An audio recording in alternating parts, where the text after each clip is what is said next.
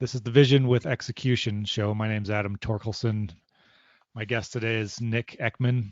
He's a social impact entrepreneur. Went to BYU, still associated with BYU. Super duper stud. Has done a couple of things founding companies, and I want to talk to him about that today. He was introduced to me by a friend of mine, Alec Atkinson, who I did also have on the podcast a couple months ago. I invested in Alec's quant fund, and me personally, I like to invest, and I'm a multiple founder and a couple exits as well. So it's always fun to talk to other people who are building and doing cool things. So thanks for coming on my show, Nick. Yeah, I'm super glad to be here, Adam. Alec obviously is a really good guy, and so when he recommended this, I was like, "This is a cool opportunity." I'm excited to share some of the unique experiences that I've had that have gotten to me where I'm at.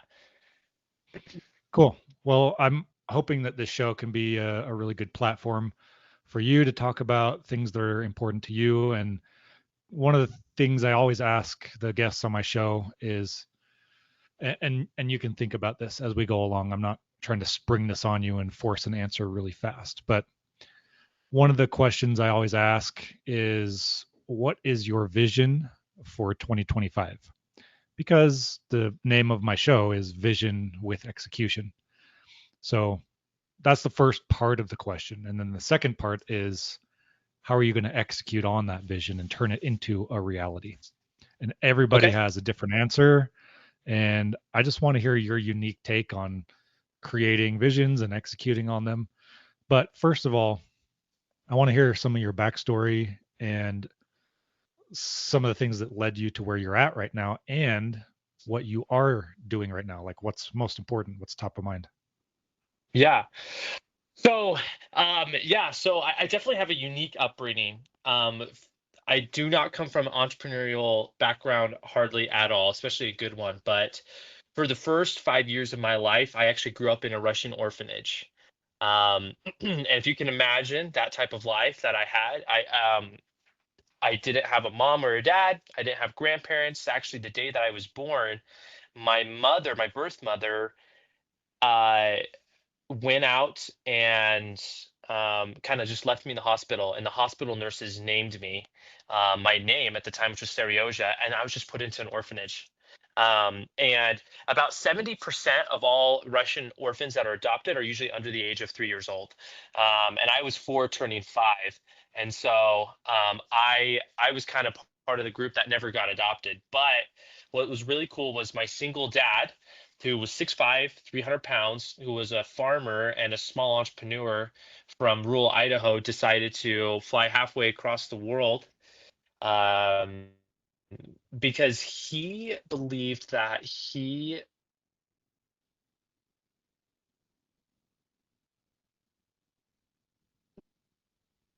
and he's in Russia. I know he is. And so he flew halfway across the world to a country he'd never been to before, to people he didn't know, and to a language he didn't speak.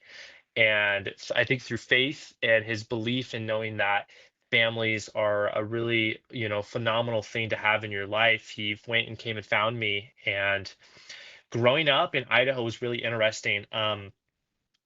Obviously, I mentioned earlier that we had a group on a family farm. So I spent most of my summers moving pipe and hauling hay and working for other farmers too. And I fell in love with the fact that I wanted to maybe not necessarily be the farmer that got my hands dirty, but be the farmer that, used my hands to make sure that farmers didn't go down under and made sure that their finances were in order. And my dad at the time, he was an entrepreneur. I just remember growing up, he was like, "Hey, I bought t-shirt printing supplies and machines. So we're gonna do a t-shirt printing business." That didn't go very well. And then my dad was like, "We're gonna do a hot dog stand one year." So he went and took a small investment of $10,000, went and bought like hot dog making materials. That didn't go very well. One year he was like, "We're gonna do garden boxes out of plywood. We're gonna build out of wood garden boxes so that people can be, farmers and, have gardens inside their garages or their driveways if they don't have a lot of property." And, it was always breaking even or never making profit. And I just remember we we were like poor. I remember one instance in particular. My dad's like, "Hey, we're gonna go to the grocery store." We go to the grocery store, and I come to find out a couple years later, it wasn't the grocery store. It was the LDS Church Welfare grocery store, the Bishop's Storehouse, as they call it. Um, but what was really cool is he was a single dad raising 8 kids, and he really did do the best he could. And he showed me that you kind of need to have an end goal and an end vision. And for him, it was, I always think that the business will be big, and I try my best to make it big with the time and energy and resources that I have. But for me, I was scared to be an entrepreneur because why? Suffer, bleed dry. My dad tried everything and he wasn't good at it. And I was scared to do entrepreneurship. So I go to BYU to get out of Rexburg, Idaho and Sugar City, Idaho. And I'm sitting, it's my first semester at BYU. And my professor, it's an entrepreneurship class, and he goes, "Welcome to class, everybody. I just want to start off with class with one simple saying that I hope you will remember for the rest of your life. Many of you are taking this class because you want to know about entrepreneurship and what it's like. Well, here's what I'm going to tell you. You could either work on your dream, or you can spend the rest of your life working on somebody else's dream." And he's like, "I get it. You're in your 20s. You don't need to know what your dream is. You don't need to know really what your full purpose is. You're in your 20s. It's all about growing and developing. But practice starting a business. Go and do it. Go and learn. Go and fail. You fail fast and you fail cheap." And I just remember being 21 years old, and I'm like, I have the ability to start a business at 21 with nothing, like figuring it out.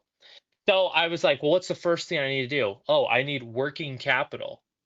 So I said, I guess I'm going to go do summer sales. So I remember my roommate at the time at BYU, he did summer sales for a guy for a pest control company here in Utah. So he's like, well, you need to talk to my manager. So I go, and every fiber in my being was like, I don't want to do summer sales. I'm the type of person that phenomenally believes in the philosophy, customers come to you. You don't go to your customers. They come to you. That creates value. And plus, it's like 50% of the way sold already if they come to you because they desire you. And anyways, I go to his regional manager to get recruited, as they say, for sales and to sign me up and to hype me up. And that's exactly what he did in the meeting. He was hyping me up. But one point in the story, he goes, anyways, Nick, like I had enough money that I started I did real estate, I bought nice houses, and I've got this fancy car, but I was able to start this company where it was a watch company, but it was mission belt for watch bands. So it was a Yeah. watch and then a band. And he goes, yeah, so like we basically took the concept of a leather watch strap and just put it on a watch, and we got a patent for it. And then we did a Kickstarter and we raised $25,000 in about like 50 minutes. And I was like, okay, like, why'd you stop? And he goes, that was it. I was like, are you kidding me? Like, he's like, yeah, COVID hit and we just decided to stop doing it. I'm like, do you realize that an adjustable watch band that fits everybody's wrists, like, that solves so many problems for people with skinny and large wrists? Like, I'm a person that has a skinny wrist, and watch bands are either too tight or too loose. And he goes, yeah, I just don't know how to run a business effectively, I guess. And I was just like, this is amazing. So I go home, and he gave me the day to think about if I want to do sales or not. And I just go home and I'm just thinking in my head, I'm like, this is a cool idea. And I actually feel this really cool, like it was almost like it was like I wanted to just go, like I knew immediately what I needed to do. And that was I needed to invest in this business in some shape, way, or form, sweat equity, whatever. So I call him the next day and I say, Dylan, I promise you, first of all, I said I want to be part of Lunar. I mean, yeah, which at the time was Lunar Watch Bands. And I promise I'll take the company from here all the way to up here, and we will skyrocket. I dream of this watch band being on Garmin's and Apple Watch bands. I dream of this company being in silicone material. I dream of this company being on Famous People. I've got all these cool visions of just how we can shoot this company forward. And he was like, okay, all right, you get ownership right then and there. Just right out of the blue, just gave me ownership. And that journey led me to doing a partnership with signing on with Gab. We were in retail stores. We were on celebrities. We did like a couple brand partnerships with some Olympians. I saw my company go from, we employed 25 people before I exited in January of this year. At one point, we had 8 employees in our little office. And it was so cool to see I had created value for Lunar. And we made it out of silicone material. We spent months and months perfecting the design. I brought 3 people in to be part of the cap table and the partnership. And um, I just was so shocked that somebody like me could do something like this in a short amount of time. Well, I have so many questions for all that. I We know I don't like fire hosed you. no. I mean, that's I could pull out so many interesting things from what you just said. A couple of things though, really quickly, that Yeah, may only be interesting to me. Actually, number one, what was the name of that pest control company? it was active. You got it out of me. I didn't know uh, if this was like branding or anything. I have a connection to Aptiv. So one of the companies I invested in, Nanohydrate, Wes Pearson was also a co-investor, and he was the CEO of Aptiv Oh, and founder. what? Yeah, so Okay. Wes and I are connected. So I guessed that that's who you were going to say because they're one of the biggest in Utah, and Hmm. they recruit heavily from They BYU. do. It's just constant swarms in there. Yeah. Yeah, so that's cool. Um, you never ended up selling for them though, huh? No, yeah, no. I like I said, I just have this philosophy that you can bootstrap a business with $10,000. You can really go far. And just to and I'm gonna make a quick shout out. The BYU Rollins Center of Entrepreneurship. They give $30,000 in grant-free funds, Shark Tank style pitches to students. So you come in with a business idea, and they have a panel of judges who, by the way, are very sympathetic. And you're like, look, I need $2,000 to go validate my business. I need to buy X, Y, and Z software. I need to do it like I need to do X, Y, and Z, whatever. They'll give you the money, and then you get in trenches. You could do $5,000 or $10,000, which really helps as a starving student. You get to figure it out. And then they give you free legal help from the law school. The law school students need to get hours of filing legal and paperwork and patent work, and they'll use student companies pro bono to do legal work. So I got my second patent filed. It took me 9 months, but it was completely free. I think we estimated it was about $11,000 worth of services that we got it done for free. BYU Yeah, has an internship program. Anyways, just phenomenal resources just shot at me from every angle for my little consumer product company that got it to its valuation of over $1 million, because most of it came apart from the fact that BYU held my hand and helped me as a growing entrepreneur. that's really cool. And so this is another random odd question. Who was your professor that gave you that quote initially? The quote that was Corbin Church. We all love Corbin Church. Corbin. Corbin Yes, Church. Yeah, he's over at iHub now. iHub. Yep. Yeah. I Yeah. I call it I call it you have to be a follower of Corbin's church. Yeah, he's super duper awesome, famous guy. I love him to death. So, how much ownership did you get when he just gave it to you at Lunar? 30% in the very beginning, and by the end I had 80%, and then I bought him out for the remaining 20%.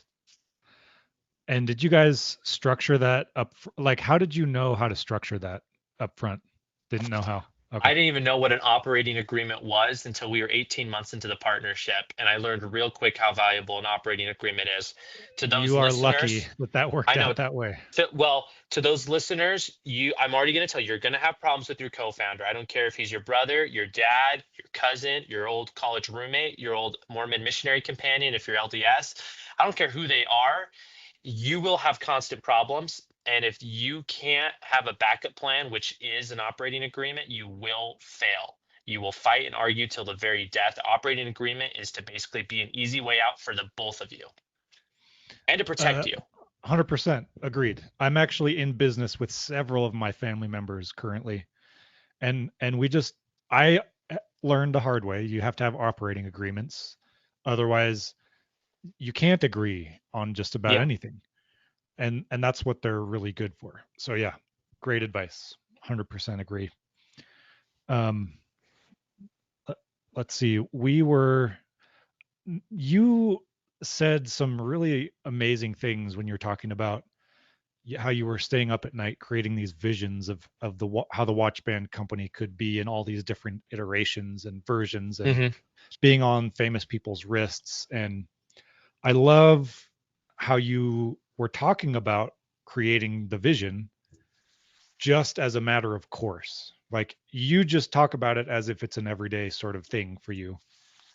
I don't assume that you always think that way, but when that sort of thing happens to anyone, where they're sort of obsessing about and dreaming about and picturing something in their head, that's a pretty good indicator that you have to follow through on whatever it is that you're thinking about so intentionally and intensely.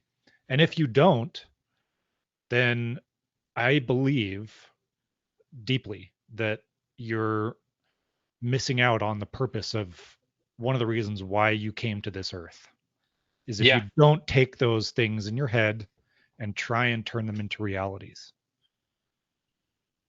yeah. It's I often say like, well, I'll give you an example. Like my grandma, she's a big hero of mine, and she used to always tell me, Nick, you're not a problem, you're an opportunity. And I feel like I look at people and opportunities that Lunar has had in the same way. Yes, I understand that partnering with a licensing my tech out to a watch company is there's going to be a lot of problems, but it is an opportunity for me to learn about how to do licensing deals. It's an opportunity for me to learn from somebody that makes, millions off of selling watches. It's an opportunity for me as a 20-year-old, in my or a guy in my 20s to learn and grow on how to structure a company for company culture fit. And it's the same way for people too. It's like my founders that I brought into Lunar, I looked at them and I said, "You know something that I don't. You've got talent, skills, and abilities where I don't. You have strengths where I have weaknesses. And I firmly believe that I will not be successful without you. The company will not be successful without you. I'm going to give you your lane to run and grow and see, because I don't see you as a problem. I see you as an opportunity that you can grow with the company and have the company grow because of that." That's a good point, actually. And one of the things I was thinking about when you were talking about how how many amazing opportunities BYU provides for entrepreneurs, is it a requirement that you're a current student at BYU to get all those perks? Yeah, for the most part, yes. You can have a company at BYU, but as long as you have a partner that has at least 20% of the company, as a student at BYU, you can access any of BYU's free resources. And by the way, what I said earlier, that was probably maybe 20% of the free resources that they offer at BYU. Oh, just blasting full, like free office space for your office, and for, there's just so much that they do. That's Dude, awesome. Saves you that so much makes money. me feel like just going down to BYU and just recruiting a bunch of those kids and partnering with all of them and just being my own funding source. That's Adam, I'm really telling you, cool. the kids that are coming out of BYU these days, I'm impressed with their resilience. And they know what's cool is the professors, for the most part, are pretty honest, and they'll tell you straight up front, this is going to be hard, this is going to be brutal. But if you can deal with rejection right now, if you can learn to respect the entrepreneurs that are a couple steps or way far ahead of you, by the time that you get to their age, or by the time, you'll be farther than them. But you have to trust the process. And it's awesome. The ones that are coming out, the companies are getting stronger. They've done better validation. They're getting, they go from pre-revenue in BYU to actually some of them are actually making like revenue, like, and having like MMR, and some even have like giant. Oh yeah, it's awesome. Like there's companies that are making, consumer product companies, tech companies that are making at least 1 million, a couple of them, and they're students. And they just have been taught how to really run their company well and make value for customers, and they're students. So one of my visions for 2026 probably is to take one or two companies public that I'm invested in. And I have sort of a back door on how to do that.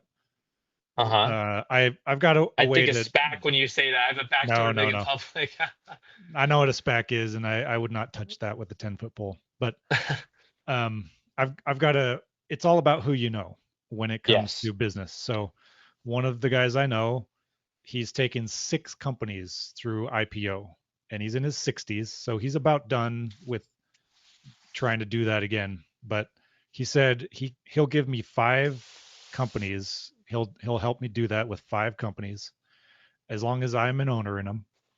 And so that's one of my big visions is to try and take up all 5 of those slots with him in the next 1 or 2 years. But it probably will end up only being 1 or 2. But anyway, I don't want to hijack this interview with you, but I want to put that out there into the universe because that might be you or other people you know or people listening to this podcast. So this is the first time I've ever said this publicly. So now that it's out there, um, it's out there. But back to you. The the thing about creating visions and executing them is super different for everybody. So I wanted to ask you, what is your vision for 2025? It could be about anything. It could just be it be personal, business, Yeah. whatever. Yeah. So my vision for 2025, obviously my vision a couple years ago was I wanted to sell Lunir Watch Bands after 5 years, and I sold it actually at 3.5 years. Now, nobody tells you or teaches you what to do when you sell your baby, your business. And I just remember having founder burnout after just grinding and grinding, and the company was growing. We were getting in more doors with watch companies and retail stores. We were getting more demos. Everything was going well, but I just was not happy. I felt like my passion was a little bit out, and I couldn't be a good boss if that was the case. And so we had an opportunity with an engineering firm that approached me and said, "We'll do a buyout." Right then and there, and within 6 days, I had a wire transfer to my bank account, Jeez. and it was done. It was done. No board seat, nothing. I completely exited. And I just remember that the whole week after, it was in February, and I just felt so lonely that I wasn't going into the office anymore. I had all these watch bands laying around, and like I remember in the early days of Lunar, we were in the BYU manufacturing lab, and we had made a crappy metal mold and had spent like $50 on it, which was a lot of money to us at the time, using the BYU grants. And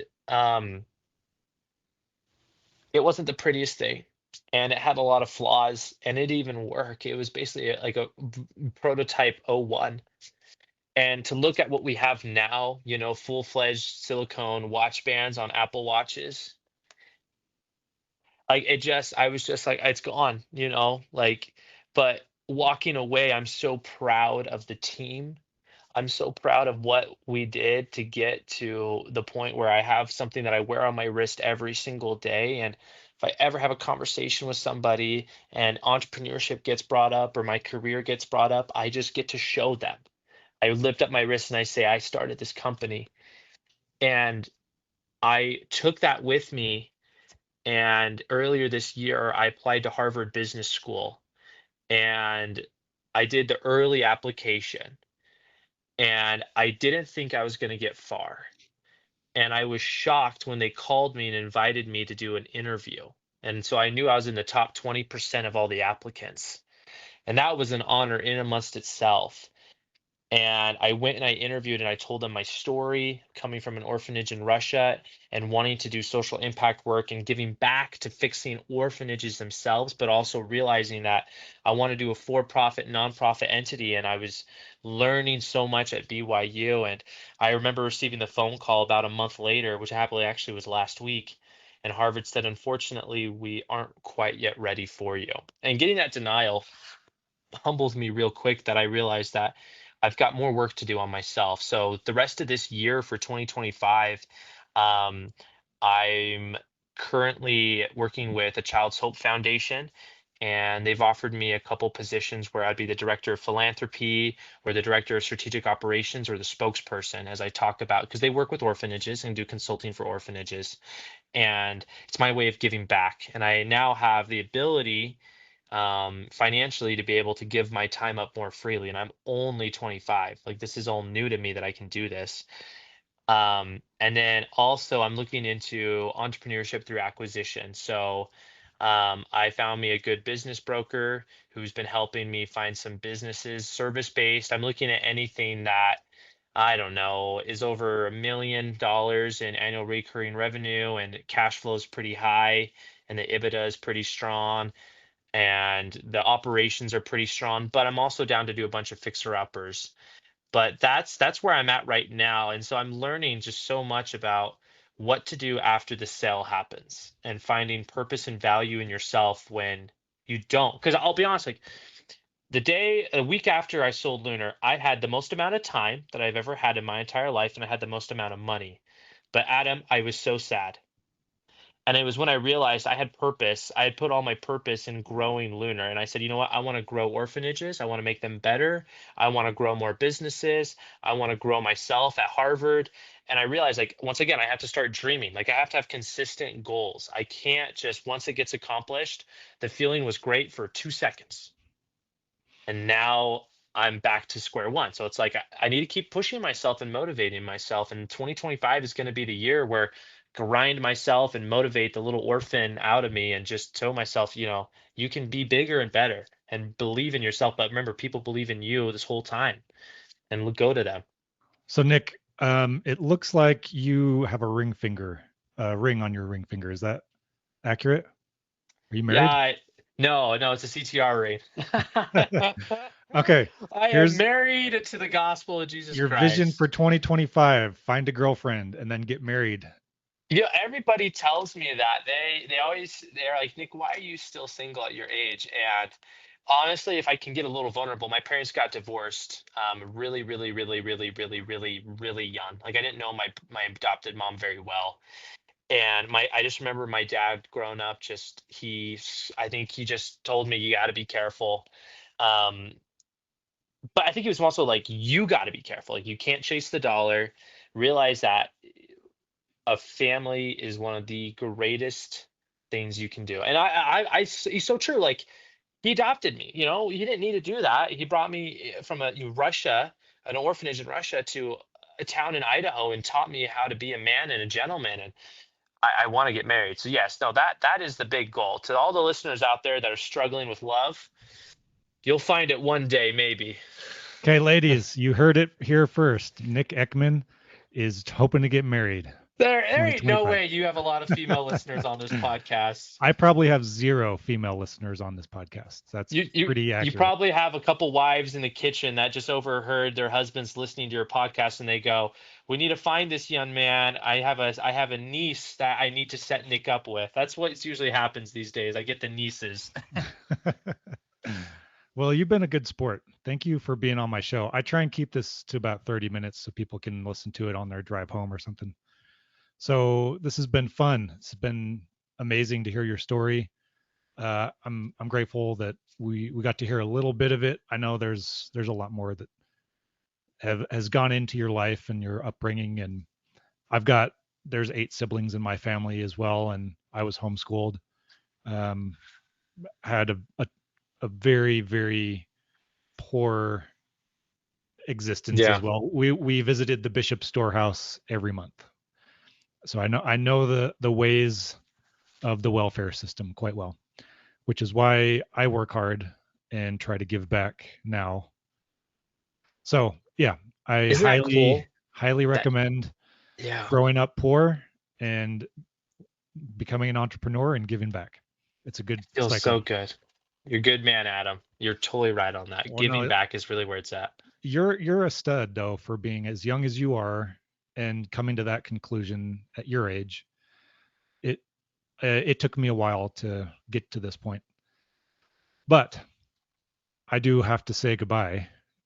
This is not going to be the last time we talk, I'm sure, because you're a cool guy, and I like knowing cool people and just being able to text them at random times when I have a niece that needs to go on a date or something. Or you need Case Lawrence, which we can get. There we So go. Case Lawrence, if you're listening to this, you need to be on my show. Okay, Nick. I'm going to let you go, but this has been another episode of the Vision with Execution show. This is Adam Torkelson, Nick Eckman, the Lunir Watch founder and exit. And now he's working on some social impact stuff with orphanages and doing good things in the world. Anyway, thanks for being on, Nick. You bet. Thanks, guys. See ya. Bye-bye.